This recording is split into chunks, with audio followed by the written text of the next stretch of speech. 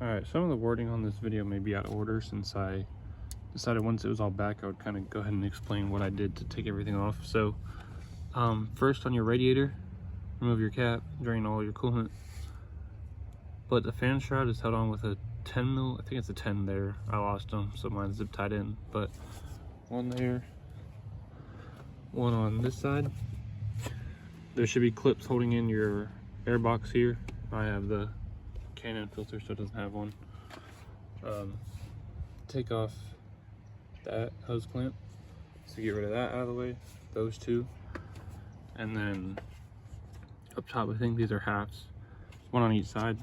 That'll unclip there, and then there's a clip, you can't really see it, but it's down here that holds on the fan shroud to the radiator.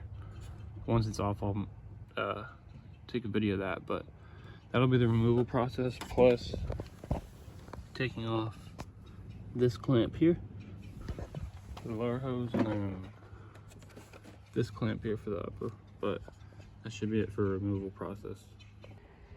So after a bunch of different orientations, I finally found the easiest way to actually get the radiator out.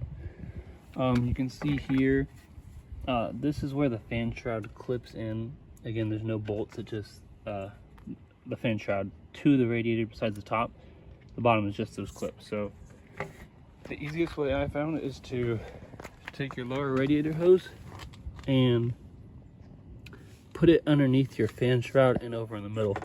So that'll stop this piece here from actually hitting the, what happens is it hits this nub when you try and take it out. So if you move it away from them being lined up still, that also holds the fan shroud in place right in the center of the radiator and allows you to pretty much pull the radiator out straight up.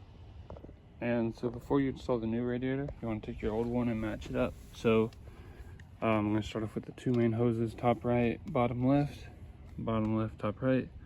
We got two metal cooler lines there, drain plug, and then the bolt holes, the two on the top, and then the clips match up, same as the other side. I already looked at them. So don't forget that step, because you don't want to install the new one then also nothing lines up.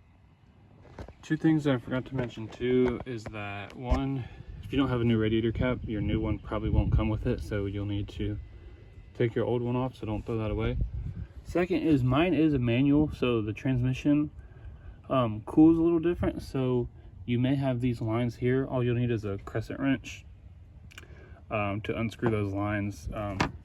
There's probably going to be two of them if you have an automatic, but mine are empty. But that's just another note to add on. So got the new one in, much easier to put in than take out. We're going to bolt these two back up, clip the shroud back on, bolt the shroud back up, and that'll pretty much be all there is. All right, so I'm pretty sure this is going to be the last step. I keep forgetting everything until something happens. This overflow line goes into your radiator cap. Just put the new radiator and filled everything up back with coolant. It was driving good, and then I got this pulling back in, and it was just pouring coolant out. And my previous leak was over here on the right side, so I was trying to figure out what was going on.